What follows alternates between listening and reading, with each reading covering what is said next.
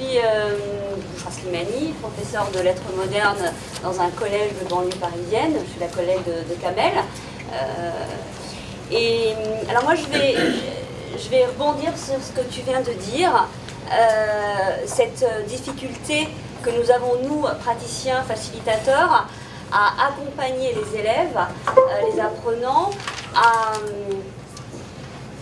à dire les choses sans, je dirais, sans cette croyance que le professeur attend quelque chose. Vous voyez la mise en abîme? Alors, ma première partie, ça va être vous expliquer un peu le cadre dans lequel je travaille. Donc, je suis professeure de lettres modernes, donc j'ai deux classes, je suis en parallèle je suis déchargée, je suis formatrice. Donc, j'ai deux classes où je pratique la coopération, les pratiques coopératives et collaboratives.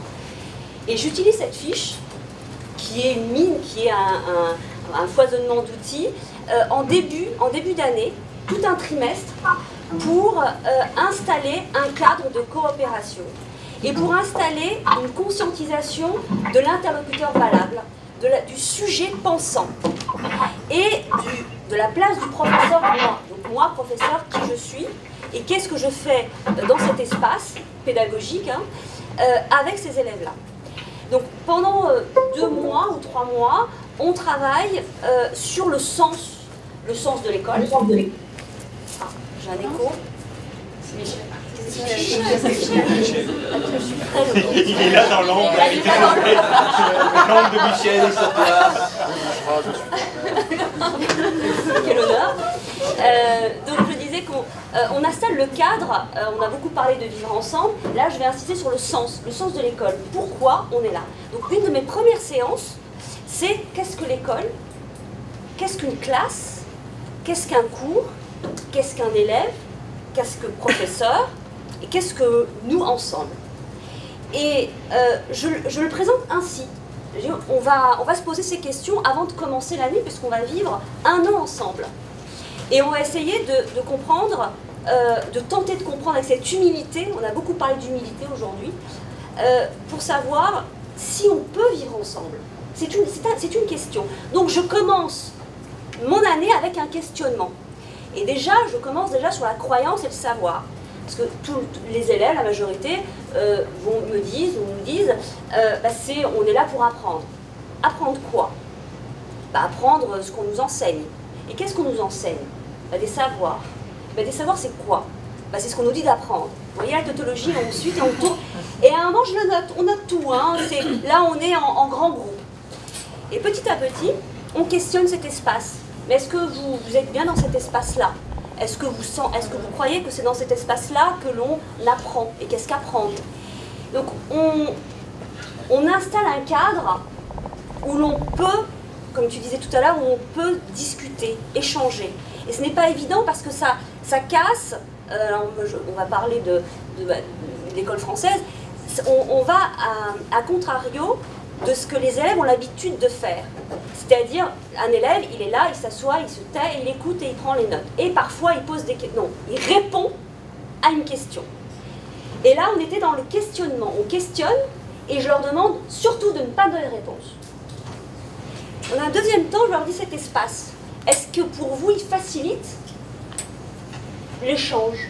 Est-ce que lorsque on regarde les muques des uns des autres, on dialogue avec l'autre? Évidemment, ils disent non. Alors comment cet espace, on peut le transformer pour qu'on puisse véritablement échanger? Échanger sur nos croyances, nos savoirs, nous-mêmes, parce qu'ensuite on va parler de la subjectivité qui va arriver à un moment. Et là, qu'est-ce qu'ils font? En groupe. Donc vous voyez, par intuition, je ne dis rien, je ne les mets pas encore en communauté de recherche. Donc c'est un brouillage, j'accepte que les premières heures soient dans une forme de spontanéité où ils n'arrivent même pas à se lever. Je dis, mais si, pour changer la salle, peut-être qu'il va falloir que vous vous regroupiez. Mais moi, je vous observe, je prends note, je corrige mes copies. Et là, la posture du professeur, elle s'efface. C'est pour ça que tout à l'heure, je parlais de facilitateur. Je leur montre, quelque part, que je lâche prise, que je ne suis pas dans le contrôle de cette classe. Et progressivement, à un moment, je leur dis stop, parce qu'ils n'y arrivent pas. On leur a pas appris l'autonomie. L'autonomie, ça s'enseigne, ça s'apprend, ça s'incarne, ça se vit. Je leur dis, qu'est-ce qui s'est passé? Je vous ai posé une question. Vous m'avez répondu non, oui, c'est vrai, on pourrait faire autrement. Et ensuite, je vous ai dit, bah, faites. Et vous n'avez pas fait. Pourquoi? Sans jugement. Hein. Ben, on n'a pas fait parce qu'on est trop nombreux. Ils nous donnent hein, les réponses. Et là, je me permets de leur dire, ben, voilà ce que je vous propose. Je vous propose une forme d'organisation. On fait des groupes, des îlots. Hein. Vous les choisissez dans un premier temps, si vous le souhaitez, ou bien au hasard. Hein, donc on a un tirage, 1, 2, 3, 4, donc tous les groupes 1 se mettent là, les groupes 2 se mettent là. Et vous prenez une fiche, un bout de papier ou un ordinateur, et vous essayez de refaire l'espace-temps, l'espace de cette salle-là. Donc c'est évidemment que ça fonctionne, parce qu'à ce moment-là, je les ai mis dans une situation où ils étaient, pas à mon égal, hein, parce que moi je reste le professeur, mais où je les autorisais par mon action de dire, bah oui, il y a eu du bruit, bah oui, on était dans la confusion, mais c'était accepté, c'était autorisé. Et on n'est pas uniquement dans la symbolique, on est aussi dans la psychologie.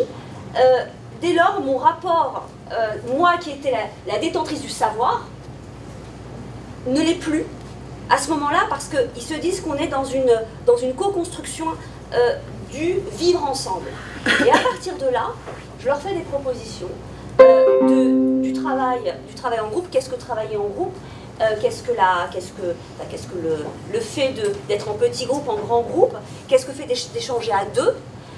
Et toute situation d'apprentissage, j'ai beaucoup aimé hein, tout à l'heure l'intervention de la situation d'apprentissage, est explicitée, étayée. Et je leur explique comment je vais fonctionner pendant l'année. Et que ma manière de fonctionner en tant que professeur, ça va être de questionner évidemment les choses que l'on va voir, qu'on va étudier, mais les questionner dans un sens où ce questionnement est une démarche intellectuelle, donc j'emploie ces termes, une démarche intellectuelle, donc on l'explique, hein, donc j'ai eu des élèves de 5e, alors 5e, dites-moi, c'est donc 12 ans à 15 ans. Et un élève de 12 ans est capable d'entendre cela.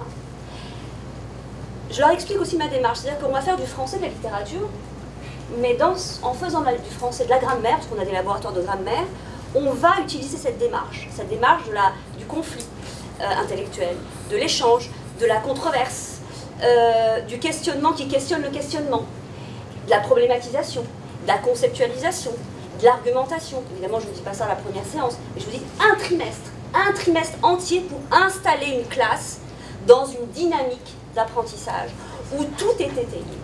Et tout cela, moi, m'a fait changer de posture.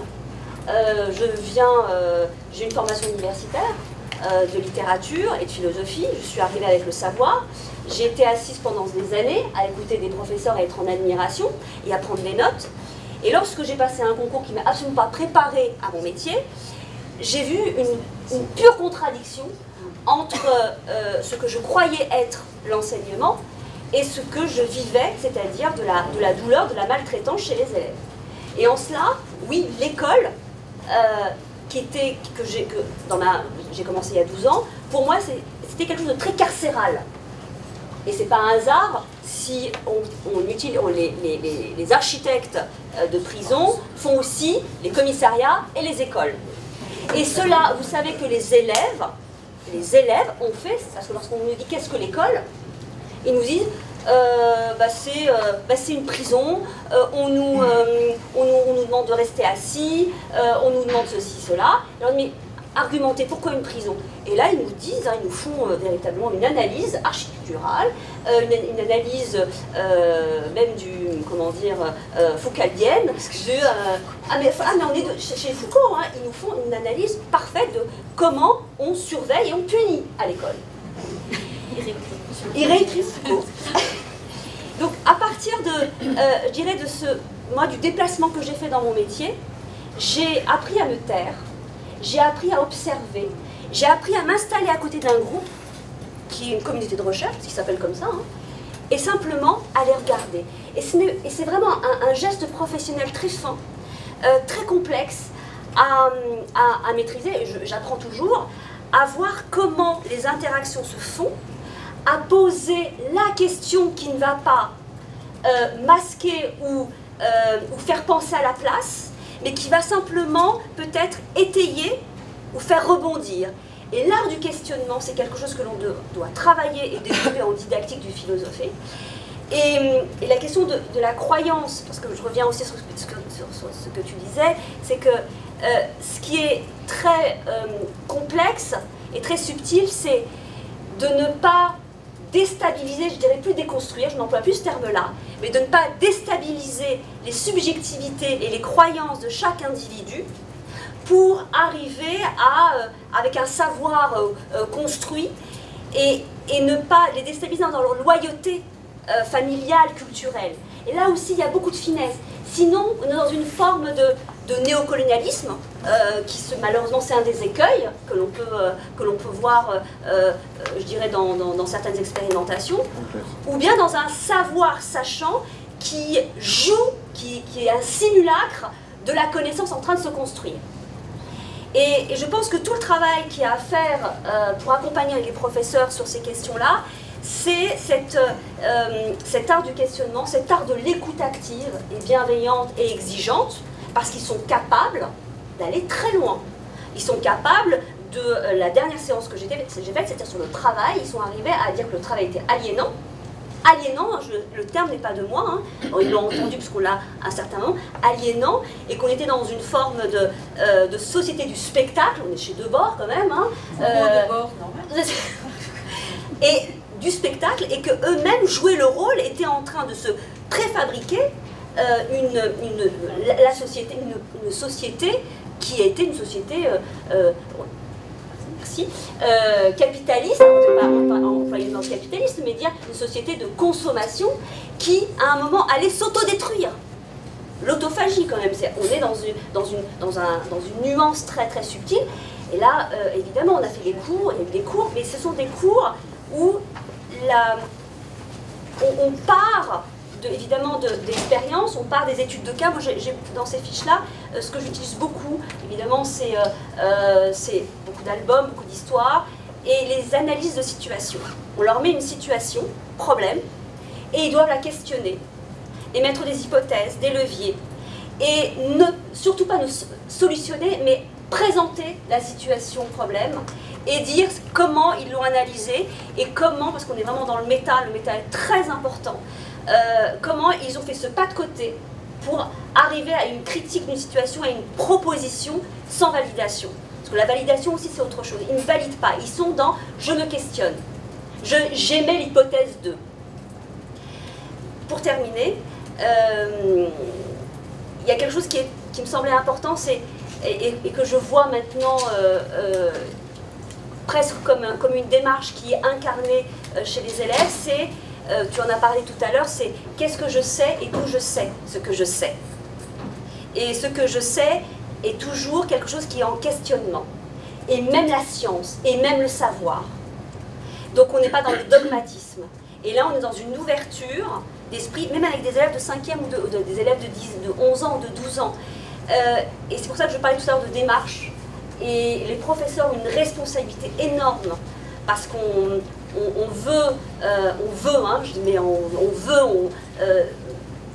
je dirais, exprimer par notre geste professionnel le fait de vivre ensemble, le fait de faire communauté, mais si on ne l'expérimente pas et on ne l'incarne pas dans l'action des apprentissages, on reste sur des vœux pieux ou sur des choses qui vont à un moment s'effriter.